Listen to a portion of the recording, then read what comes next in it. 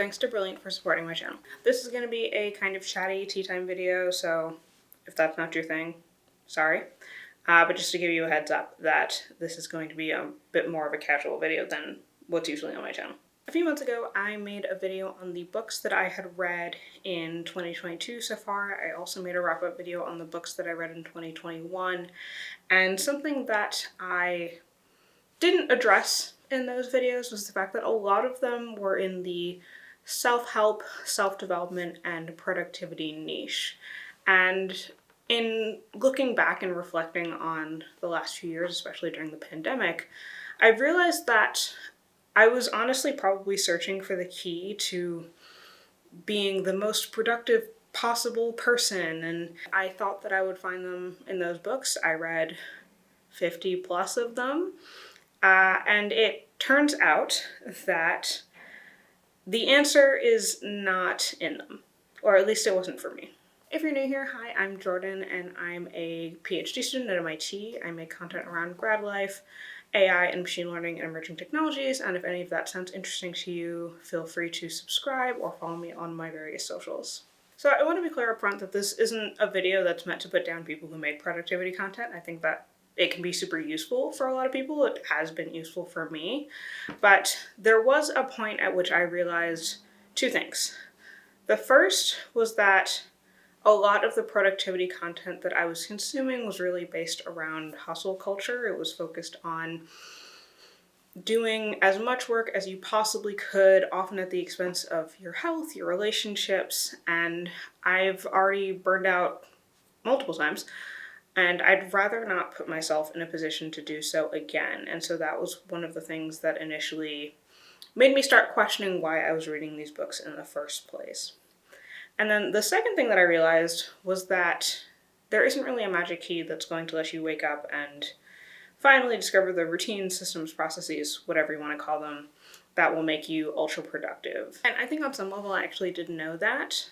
But watching productivity content honestly became procrastination for me. And I feel like this is like a running joke in the comment section of Ali Abdaal, Thomas Frank, whoever else you want to add to that list, videos where it's like, I'm watching this video instead of doing the work that I should be doing. But that was definitely me, and I didn't fully realize it. And I also didn't fully realize how many other things that I was doing in terms of, I've always wanted to write a novel, but I was doing a lot of fiction reading instead of writing. I make YouTube videos, but I was doing a lot of watching and consuming content and not creating as much as I used to. And so I think that the content that I consumed certainly served its purpose. I think I did learn some things from it. There are still books that fall into kind of that niche, or channels that fall into that niche, that I would totally recommend following, checking out, because I think that they have interesting perspectives on work and life and what balance you should have between those two things. But I've also gotten to a point where I think that I've learned everything that I possibly can from that particular genre of content, and I'm actually a lot more interested in looking almost internally a little bit more and just trying out things to see whether or not they work for me. And if there's noise in the background, there's construction across the street from my apartment and it's impossible to avoid, so apologies. Elizabeth Phillips made a good video on this a few weeks ago that I really liked, where she talks about why she doesn't read self-help books anymore.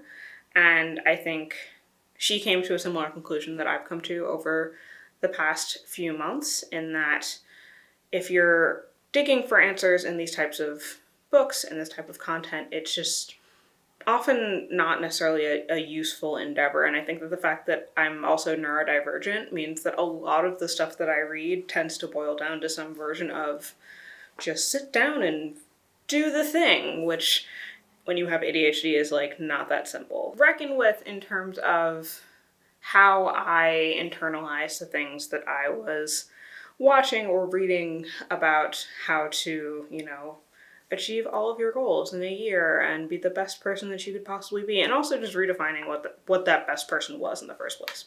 And as I mentioned, this isn't to say that I haven't learned anything from any of the stuff that I've consumed. I definitely have. I think that I've, in particular, read a lot on perspectives that I don't think I would have just based on my own lived experiences, and so I think that that's definitely been worth it in terms of consuming a lot of like productivity and self-development content.